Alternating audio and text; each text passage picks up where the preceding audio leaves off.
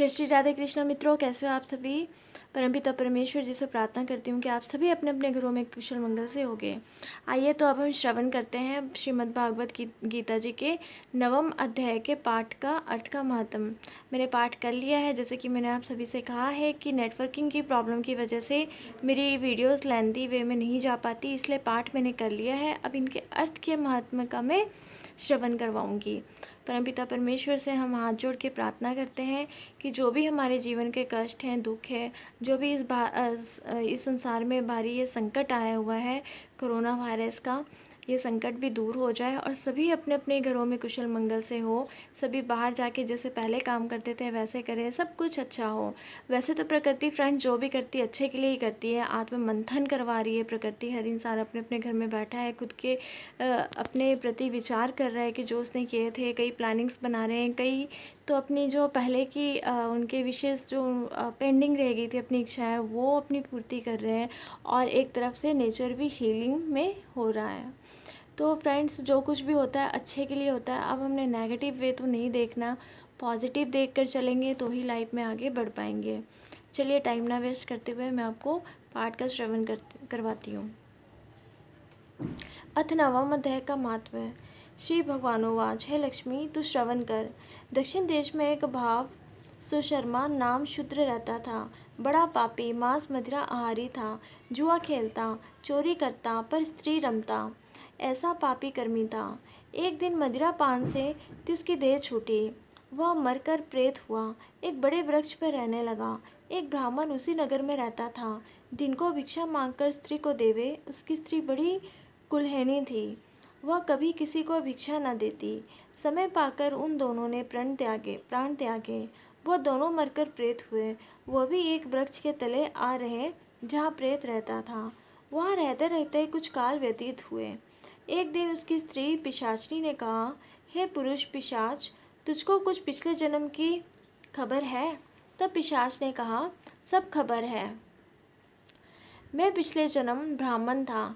तब पिशाचनी ने कहा, तूने पिछले जन्म क्या साधना करी थी जिससे तुझको पिछले जन्म की खबर है? तब उसने कहा, मैंने पिछले जन्म ब्राह्मण से अध्यात्म कर्म सुना था। फिर पिशाचनी ने कहा, तेने और कौन साधना की थी, और वह ब्राह्मण कौन था, और वह अध्यात्म कर्म कौन है जिसके सुनने से तुझे पिछले जन्म की खबर रही?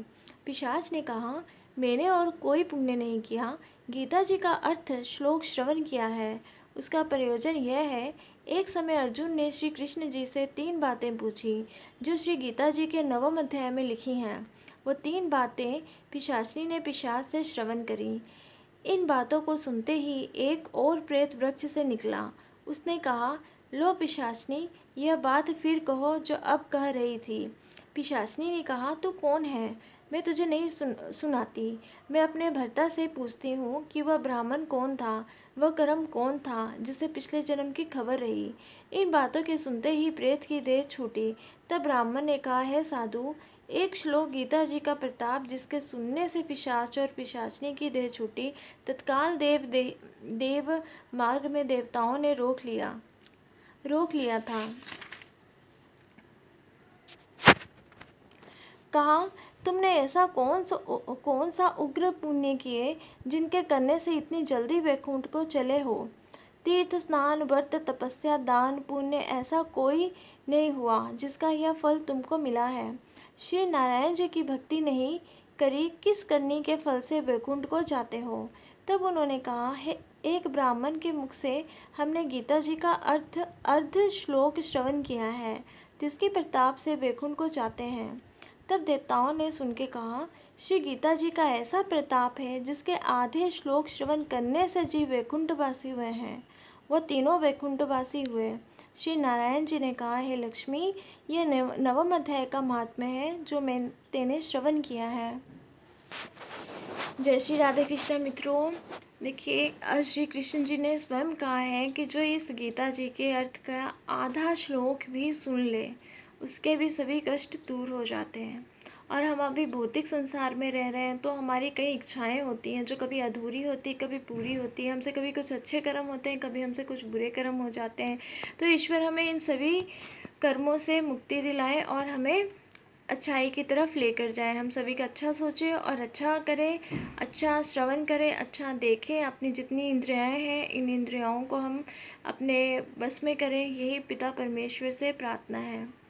देखिए लड्डू गोपाल जी, ये सुबह सुबह ही तैयार होकर बैठ जाते हैं आप सभी को कथा श्रवण करवाने के लिए। देखिए ये भी बहुत आनंदित होते हैं कथा श्रवण करने से और करवाने से। तो फ्रेंड्स, जो भी कथा की है सभी का फल हम सभी को देते हैं, इस प्रकृति माँ भगवती को देते हैं। भगवती सभी का कल्याण करे। जय श्री नारायण। राधे कृष्णा। अपना सभी ख्याल रखिएगा, खुश रहिएगा। राधे राधे।